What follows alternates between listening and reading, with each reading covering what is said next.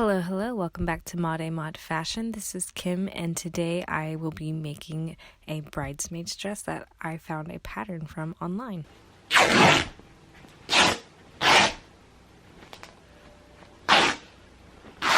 So the pattern is actually not even a bridesmaid's dress, it's actually a wedding dress, but I really like the design of it, so I thought I would try to turn it into a bridesmaid's dress that I am going to be in a wedding in April, and so I figured I should get started now rather than procrastinate, and then the weekend before the wedding I am rushing to try to get everything done. So here we are in January, gonna get everything done. Now I am just lining up the tape for the actual top of the dress, which is also called the bodice.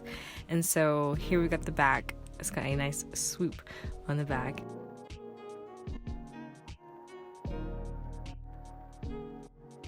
So first thing you need to do if you're ever going to start draping, you need to line the grain line up on center front, because you only need to drape on one side, assuming the thing that you're making is symmetrical.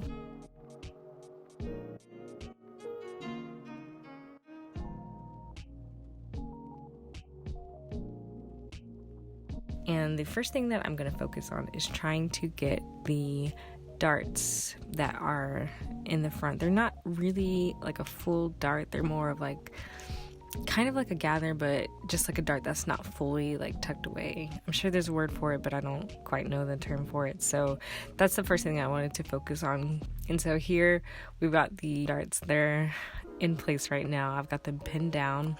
And so now that that's pinned down, that's basically the biggest thing that was for the bodice. Now I'm just making marks on the fabric so I know when I get to the pattern making part, I know where the actual line starts.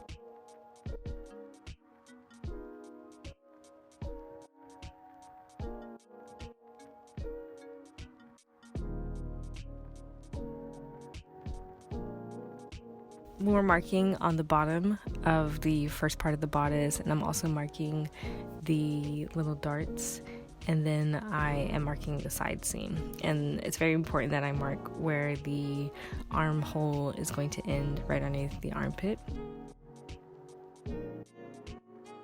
And so here is the first part of the bodice with all of my markings. We got the shoulder seam, and we've got another seam where we're going to line up the ruler, and this is the third part underneath the armpit. So I'm going to use my ruler to make my own armhole, which you will see later. But here we've got the full part of the top, and I need to just make some adjustments so that that bottom line meets up with that top line in the center.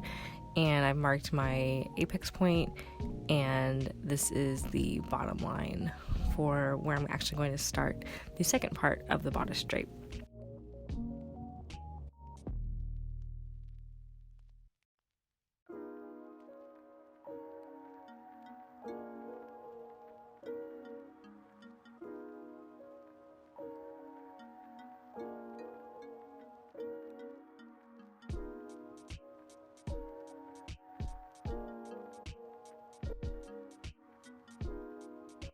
Now I am starting the drape for the bottom part of the bodice, which is, the top was pretty simple, but the bottom should be even simpler because there's nothing that I need to do. It's just going to be draping to essentially a flat body.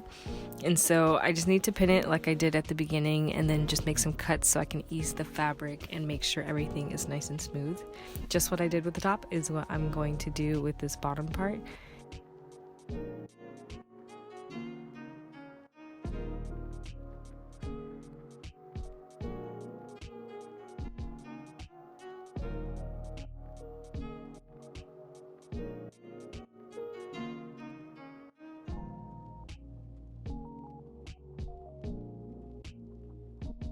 And you will get to see this nice little trick of when you make cuts into the fabric, you get to see all those little tension parts where you see like a little bit of rippling of fabric. All those tension pieces get nice and smoothed out when you just make a little tiny cut in the fabric just to help ease that tension.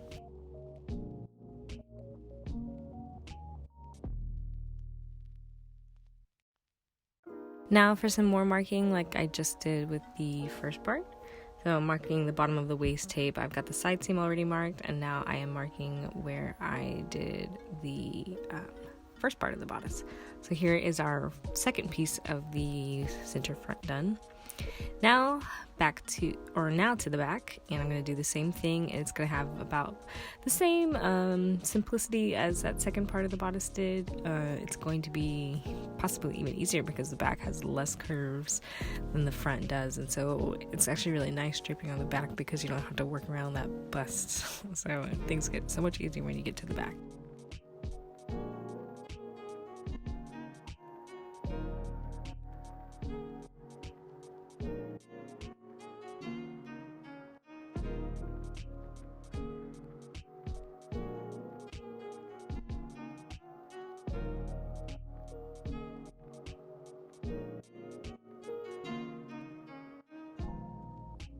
Time to start on the main meat of the back of the bodice.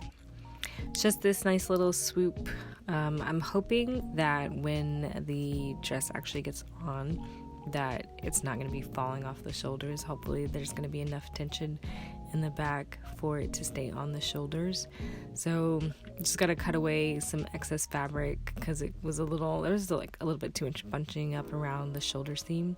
So I just had to cut away some fabric and cut some slits like I did at all other parts. And now you'll see how much simpler this one was versus the front, but even the front wasn't even that hard. Draping can get pretty difficult, but this was actually probably a really simple bodice to drape. And so now I just need to do some more marking like I did at the front, mark the shoulder seam, and make sure I get my side seam marked, and make sure I get these 3 points marked like I did at the front so I can get my armhole marked. And make sure the biggest important thing you need to do with anything is always make sure you label it so you know what you are looking at.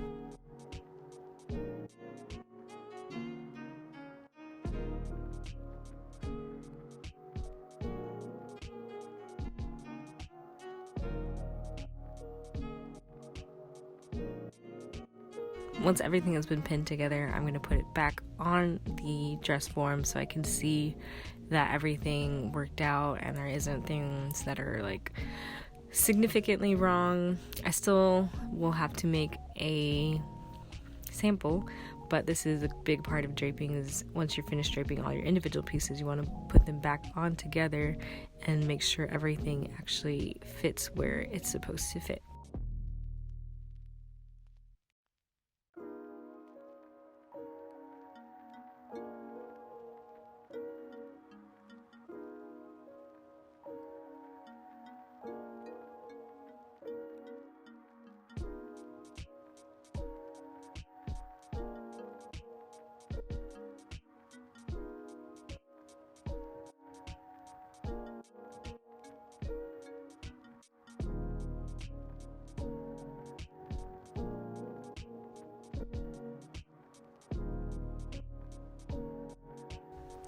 Just a little shuffling and cinching here, and if you can tell, it's starting to look pretty good. There's a little bit of some issues where it's tight in some spots and it's kind of pulling on some other spots, but I'm hoping things will kind of work itself out whenever I actually get everything, my official lines down. But here is the full bodice.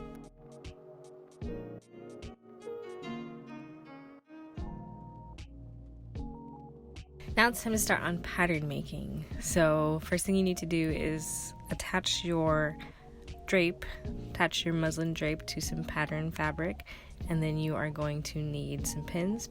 Pin your stuff in.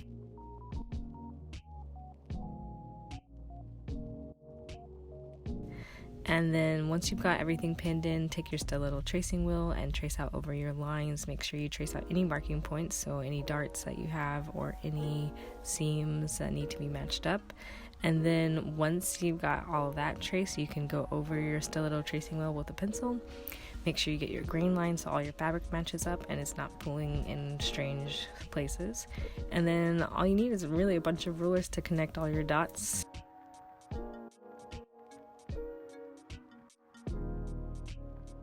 and then get any other rulers you need.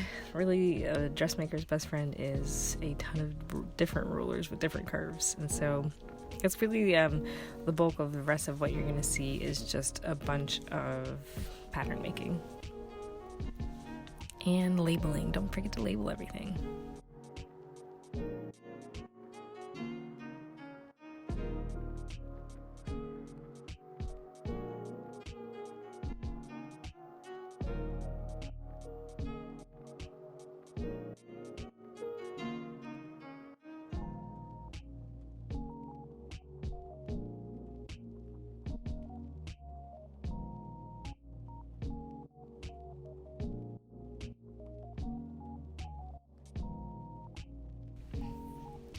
So I haven't showed you what the actual fabric looks like, but next week you will get to see the actual fabric.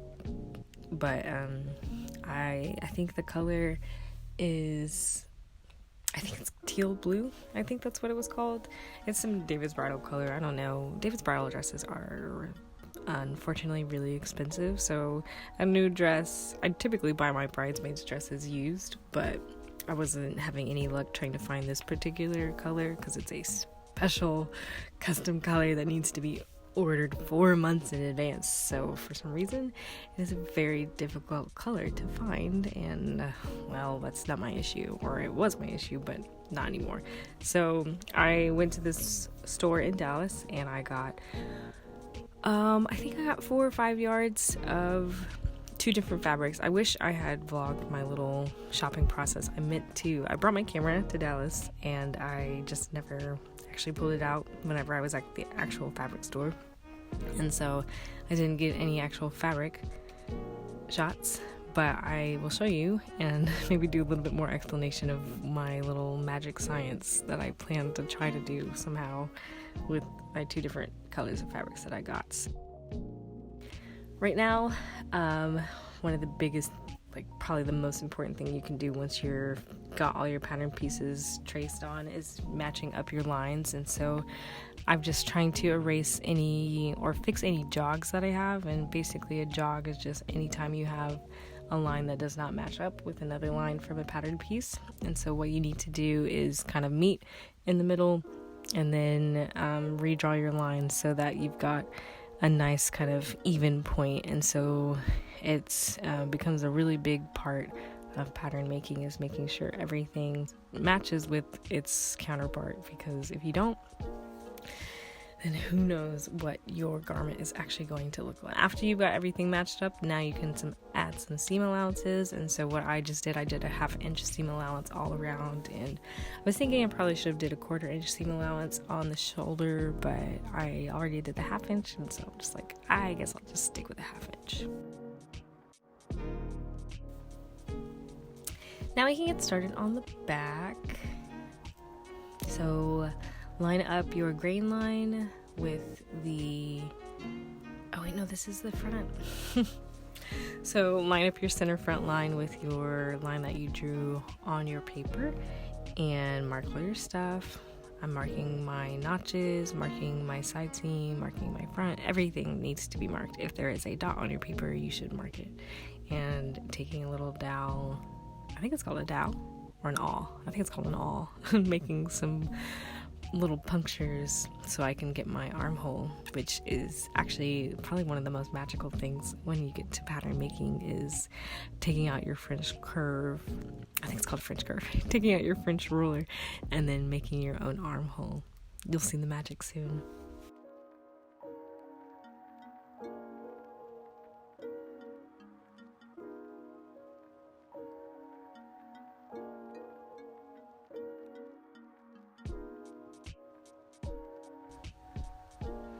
So now it's armhole time. This is the magic. Did you see that? Oh, did you miss it? Let's go over that again. There were 3 points that I had, and all you have to do is line up your ruler on those 3 points, and there you have it. Something so complicated as an armhole becomes so easy when you have a ruler.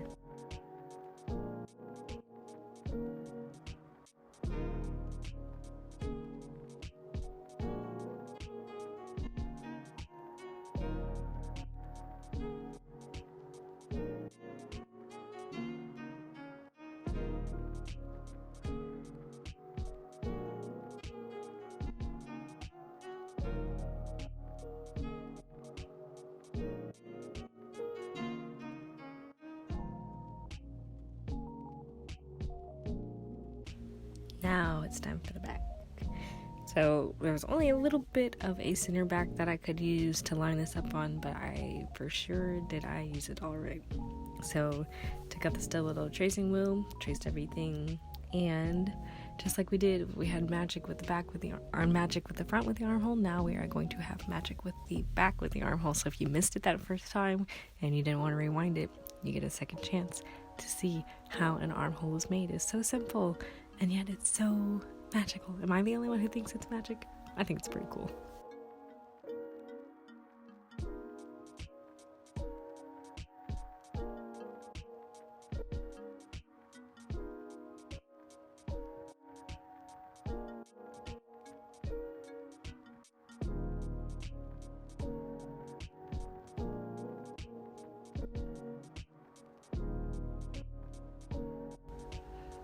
For some reason, when I marked my shoulder, it came out of the curve, but I was like, no, that doesn't make sense. So I made it straight. So here we go. Magic. An armhole. And here we go. Let's line up some seams. We see that shoulder seam. Oh, it's almost perfect. There's a little bit of a jog, so we just need to fix that and fix my my little what do you call those things? I don't know. I do remember, but I don't remember.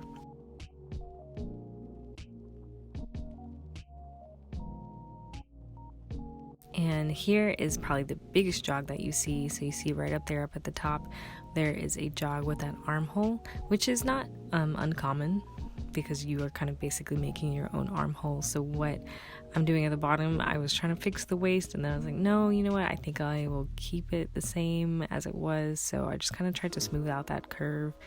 And then at the top you can see that I've got a new line that I need to make my armhole match up to, then erase that old one. And then I'm going to do the same with the front. So I've got my new little mark that I need to fix my jog at. And so basically just keep your ruler kind of, you don't want to change your curve too much, but you do want to fix that jog. So make sure once you fix your jog, you have to fix your seam allowance, because if you don't fix your seam allowance, then you are cutting into your actual armhole. And then if you didn't know, when you get to the center back, you should add an inch seam allowance so you can have room for your zipper, for your invisible zipper, because it's going to take up about half an inch or almost an inch when you add that zipper in the back, because you got to flip that fabric over. So I added an inch to the back, and now I'm just adding the rest of the seam allowance to this part of the bodice back.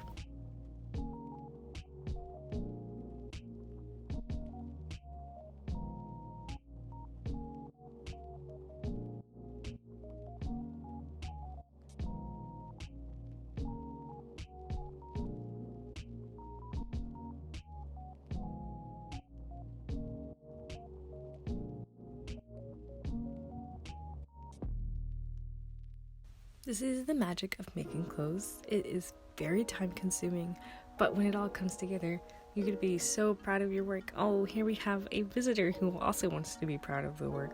Just like true cat fashion, your cat has to come and get on your work. But thankfully, she reserved this lovely little characteristic she has of loving to lay on my stuff and play with my things. She saved it to the very end of me getting all this pattern making done for the bodice part, and so she wasn't up there too long, or she was, but it was fun. She's cute.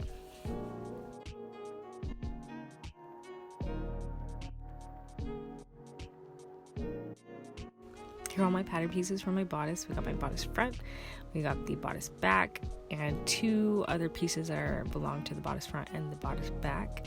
And they're all ready to go, ready to make a sample of. No thank you, girl, please move your paw. And we are almost ready to go. But the next thing that I need to do, I've got the bodice front, bodice back, but what I am missing is actually the shoulder. So I actually need, not a shoulder, I'm missing a sleeve. So now I need to actually make the sleeve, but it's got this nice nice little billowy sleeve.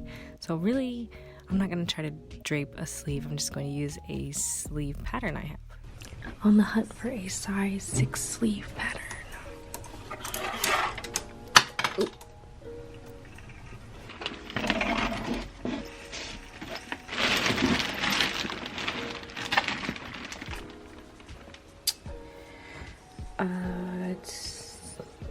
Not a size 6, but it'll work out. I just need to fix some things on it. And then it'll end right here, this line right here. And then I need to cut and add some fullness to it. Okay, time to get started on the sleeve. So one thing about pattern paper is that you can get pretty wasteful, so the best thing is to save all your scraps and make a bigger scrap together. So I just put down some homemade pattern weights. But yeah, I just needed to trace my pattern, my little sloper. It was not quite fully finished. It was something I did in class, and you could see from the top that the curves on the sleeve were really wonky, but I do fix it all out. But first thing I need to do is add some fullness to it, and so what you do is draw some lines up to the top and then cut through those lines, but cut to the point, not through the point. And then you come on the other side and you cut to the point and not through the point, and then just like little magic, but we did our sleeve, you can do some more magic by adding some fullness by just opening up your pattern pieces, and voila, we've got fullness. And now just tape those down, and then we will get that lovely drape that she has on her shoulder.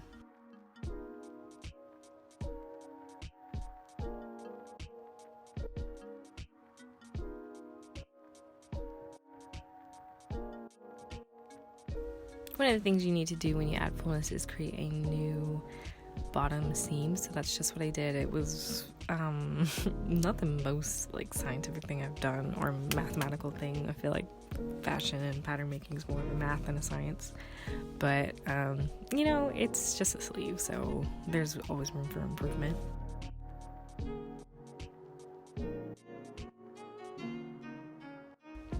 And because it was a size 8 and not a size 6, it's not going to quite fit nicely into my pattern, but I'm just going to kind of ease it in, do a little bit of a gather at the top, because if you actually look at the shoulder seam on our lovely model, she's got a little bit of a gather, and so I'm kind of just going to use this big pattern to my advantage. And actually, when I put this shoulder pattern up to my sleeve, it was actually a lot longer than it's supposed to be. So instead of adding half an inch seam allowance at the bottom, I just added it on the inside to kind of take away from how long it actually is. So when it comes to the actual like dress, like I said, I'm going to make a sample first, but I'm going to definitely tailor it down because it's probably a little bit longer than it needs to be.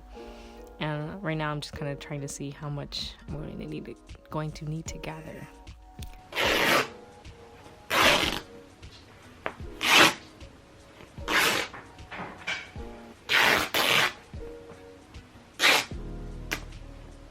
Now it's time for the skirt. This is more of a Mac Daddy than the bodice was. The bodice was very simple, but the skirt, she's got a lot of things going on. She's got a nice wrap kind of portion to it, and she's also got some flounce sections, and it's nice and billowy, nice and light, and so skirts, more draping. So much time consuming, and who in the end is going to benefit from this skirt that I'm making? I don't know. Wait, I think is it time? Is it time for my revelatory moment? No, not quite. Let's keep draping, Kim. In 5 seconds, we'll have a revelatory moment. Well, wait, here it is. I don't actually have to make a new skirt because, dun-dun-dun-dun, I purchased a skirt pattern a long time ago that actually has the exact skirt that I need. If you look at letter B, that is basically the exact same skirt that I need to make, and I just need to move that over a little bit because that seam actually ends in the side seam. But this is actually perfect because this is the exact skirt that I need. That is actually where I'm going to end this video. I definitely appreciate you coming along and watching me drape and pattern make. But yeah, the next week you will actually get to see me make a sample and then hopefully make the actual dress, so then it will be done and I won't have to worry about it anymore, and I won't feel guilty about making other videos of me making other stuff instead of making this stupid dress that I knew I needed to make. Yay to not procrastinating, and thank you for sticking along to the end if you did. If not, that's totally fine. I click off videos too, but that's okay. I will see you next week, guys. Thank